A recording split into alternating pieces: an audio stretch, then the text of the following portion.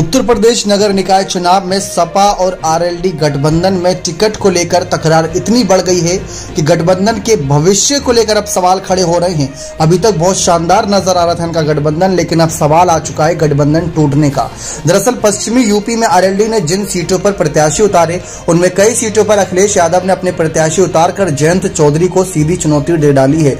इससे नाराज मेरठ के आरएलडी नेताओं ने अब मेरठ की महापौर सीट पर सपा के सामने आरएलडी प्रत्याशी उतारने की तैयारी कर ली। सपा आरएलडी में शुरू से ही इस जंग के बाद महागठबंधन की 2024 की राह भी मुश्किल हो सकती है। पश्चिमी यूपी की सियासत ने अचानक ऐसी करवट बदली कि गठबंधन में तकरार शुरू हो गई।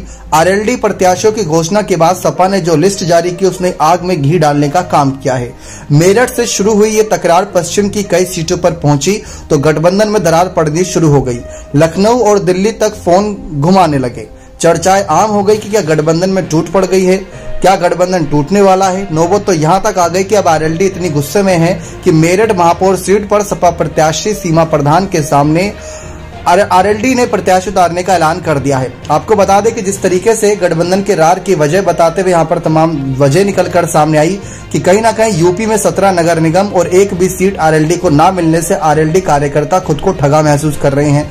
मेरठ की मवाना नगरपालिका से आरएलडी ने अयूब कालिया को प्रत्याशी बनाया तो सपा ने यहाँ से दीपक गिरी को टिकट दे दिया।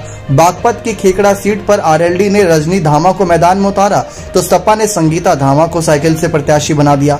आरएलडी गढ़ में बड़ौद से सपा ने रणधीर प्रधान को प्रत्याशी बना दिया। इससे आरएलडी का पारा और चढ़ गया। मुजफ्फरनगर में शहर पालिका सीट पर सभासदों की संख्या को लेकर सपा आरएलडी में तकरार है। हालांकि बाद में सपा ने बागपत और बड़ौद नगर पालिका पर आरएलडी के समर्थन की बात कहकर डैमेज कंट्रोल करने का काम किया, लेकिन बात बनती नहीं दिख रही क्योंकि आरएलडी आर पार की लड़ाई के मूड में है। जयंत के फैसले पर अखिलेश का फैसला आरएलडी नेताओं को ज्यादा नागवार गुजर रहा है। अब आरएलडी यदि मेरठ या अन्य सीटों पर अपने भी प्रत्याशी उतारेगी तो इसका सीधा फायदा भाजपा को मिल सकता है। हालांकि सपा नेताओं का कहना है कि बातचीत से मामला हल हो जाएगा, लेकिन लोकसभा चुनाव नजदीक है, जल्दी हल नहीं हुआ तो आरएलडी को दूसरा साथी मिल जाएगा। गठबंधन की तकरार बढ़ी तो हलचल लखनऊ और दिल्ली तक सुनवाई भी दे रही है और दिखाई भी, लेकिन कौन किस पर भारी पड़ेगा ये तो आने वाला वक्त ही बताएगा। बने रहे चैनल के साथ ऐसी और तमाम जानकारियों के लिए बहुत बहुत धन्यवाद।